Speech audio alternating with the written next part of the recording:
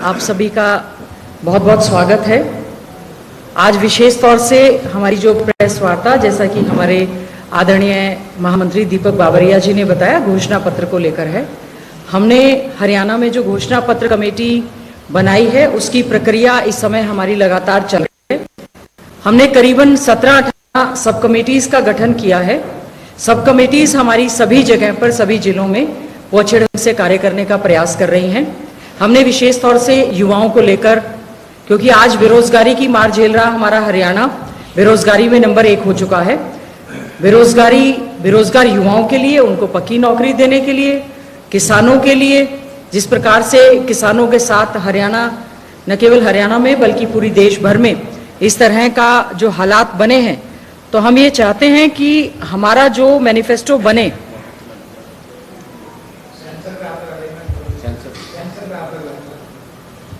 हम लोग ये चाहते हैं कि हमारे, चाहे वो किसानों की बात हो, चाहे हमारे व्यापारियों की बात हो, चाहे हमारे कर्मचारियों की बात हो, चाहे हमारी इंडस्ट्रीज, फैक्ट्रीज की बात हो, टोटल इंफ्रास्ट्रक्चर की बात हो, शिक्षा की बात हो, शिक्षा की बदहाली जो इस 10 साल के राज में हरियाणा में हुई है, बड़ा ही दुख का विषय है।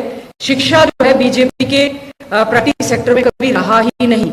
वही हालात हेल्थ के साथ हुए हैं और विशेष तौर से मेडिकल एजुकेशन के साथ हुए हैं। और चाहे हमारा शेड्यूल कास्ट हो, बैकवर्ड क्लास हो, चाहे माइनॉरिटीज हो, हमारी पूरी 36 बिरादरी, सभी चीजों को लेकर हमने जो है एक प्रयास किया है कि हम बहुत ही अच्छा एक घोषणा पत्र हरियाणा में देने का काम करें। जो हमारा घोषणा पत्र होगा वो एक मार्गदर्शक रहेगा और आदरणीय हमारे प्रभारी जी के मार्गदर्शन में हम लोगों ने पहले भी हमने घोषणा पत्र बनाए, लेकिन मैं ये समझती हूँ हमारे लिए बहुत ही बड़ा एक मार्गदर्शन है। जिस प्रकार से हमारे हम सबके नेता आदरणीय राहुल गांधी जी ने, हमारे राष्ट्रीय अध्यक्ष आदरणीय मल्लिकार्जुन खड़गे जी ने एक प्रयास किया, राहुल गांधी जी ने जो भारत जोड़ो यात्रा की, भारत जोड़ो न्याय यात्रा की, सभी से बातचीत जो उन्होंने की, संविधान को बचाने की बात कही, लोकतंत्र को बचाने की बात कही, संवैधानिक संस्थाओं को बचाने की बात कही, युवाओं के हित में बात कही, महिलाओं के हित में बात कही, और जो राष्ट्रीय स्तर का हमारा ऑल इंडिया कांग्रेस कमेटी का घोषणा पत्र निकल कर आया, मैं समझती हूँ सबसे बड़ा यही हमारा इंडिया गठबंधन में आज हमारी जो अच्छी परफॉर्मेंस रही है। और विशेष तौर से हरियाणा में भी कांग्रेस पार्टी ने बहुत ज्यादा अच्छी जो परफॉर्मेंस दी है। हम 5 सीटें बहुत थंपिंग मेजोरिटी के साथ जीते हैं और जो 5 अलायंस के साथ हम लोग जो हारे भी हैं उसमें भी हमारी परफॉर्मेंस अच्छी थी। वो जो हमारी न्याय पत्र जो हमारा था, न्याय की गारंटी थी, मैं समझती हूँ उसका बहुत बड़ा एक अहम रोल रहा। तो यही हम चाहते हैं कि आज हरियाणा हमारा सोशल जस्टिस में सभी को न्याय मिले और सभी का इसमें भला हो। हरियाणा जो हमारा 1 नंबर राज्य था, चाहे वो हमारे प्रति व्यक्ति आय में था, चाहे खिलाड़ियों के मान सम्मान में था, चाहे वो शिक्षा के क्षेत्र में था, चाहे स्वास्थ्य के क्षेत्र में था, हमारे बच्चे जो हैं लगातार टॉप कर रहे थे। जिन बच्चों को ये सरकार यहाँ पर जॉब नहीं दे पा रही है उनको इनएलिजिबल घोषित कर रही है और वो बच्चे हमारे IAS तक में टॉप करने का कार्य कर रहे हैं। जिस प्रकार की पिछले दिनों आपने देखा होगा नीट की परीक्षाएं हुई हैं, सरकार ये मानने को तैयार नहीं है। हमारे हरियाणा में जो पेपर लीक लगातार हुए, बच्चों को केवल कच्ची नौकरी सक्षम या HKRM के माध्यम से देने का ये सरकार काम कर रही है। नीट की परीक्षा को लेकर मैं विशेष तौर से कहना चाहूंगी, बार बार इस सरकार ने दावे किए कि हम हर जिले में मेडिकल कॉलेज खोलेंगे। एक भी मेडिकल कॉलेज वो बता दें जो इस सरकार के राज में, एम्स की बात हुई थी, उसके सिवाय फाउंडेशन के एक कल्पना चावला मेडिकल को यूनिवर्सिटी कन्वर्ट किए जाने की बात थी, कोई मेडिकल कॉलेज, कोई यूनिवर्सिटी नहीं हुई। बच्चों के साथ अन्याय हुआ। जो नीट का इतना बड़ा मुद्दा, हमने इसको बहुत ही मजबूती के साथ रेज करने का एक प्रयास किया है कि जो NTA है, नेशनल टेस्टिंग एजेंसी की पर पूरी तरह से प्रश्न चिन्ह लगाता है। जो मामला सुप्रीम कोर्ट में आ जाए, और बड़ा दुख होता है कि यहाँ के इंचार्ज प्रभारी जो धर्मेंद्र प्रधान जी HRD मिनिस्टर हैं, उन्होंने पहले ही दिन NTO को क्लीन चिट देने का काम किया।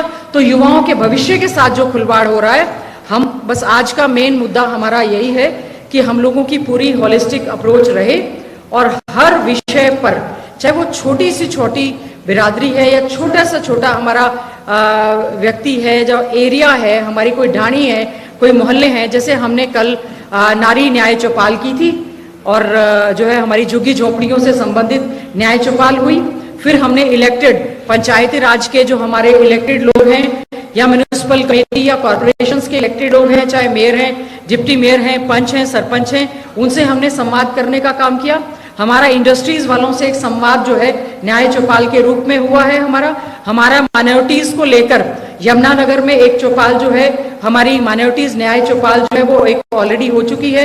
किसान न्याय चौपाल जो है हमारी हिसार में हो चुकी है, हमारी सिरसा में हो चुकी है। एग्रीकल्चर को लेकर हुई है, हमारी बेसहारा आवारा पशुओं को लेकर एक बहुत बड़ा चिंता का विषय जो हुआ है उसको लेकर हो चुकी है। हमारे जो एजुकेशनिस्ट हैं उनके साथ हुई है।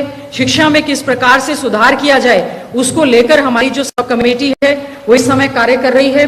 हेल्थ, मेडिकल एजुकेशन और मेडिकल के साथ साथ सैनिटेशन को भी हमने इसमें लिया है। स्वच्छ पेयजल को भी हम लोग चाहते हैं कि अच्छा पीने के लिए हम लोग पानी दें, इसको लेकर भी चर्चा हुई है।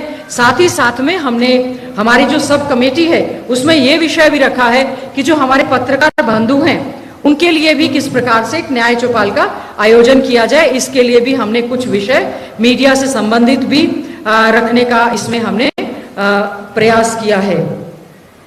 और जो हमारा चाहे वो शेड्यूल कास्ट है, बैकवर्ड क्लास है, बैकवर्ड क्लास में सबसे ज्यादा हमने पिछड़ा वर्ग ए, अति पिछड़ा वर्ग को लेकर भी हमारी दिल्ली में बहुत बड़ी एक हमारी न्याय चौपाल हुई, जिसमें हमारे सभी बिरादरी उसमें जो आती थी, चाहे उसमें हमारे धोबी समाज से थे, नाई समाज से थे, हमारे खाती समाज से थे, या जिस भी समाज से हमारे जो वहाँ पर हमारे प्रबुद्ध समाज के हमारे कुछ एनजीओज हैं, सेल्फ हेल्प ग्रुप्स हैं, सभी लोगों ने आकर अपने सुझाव देने का काम किया।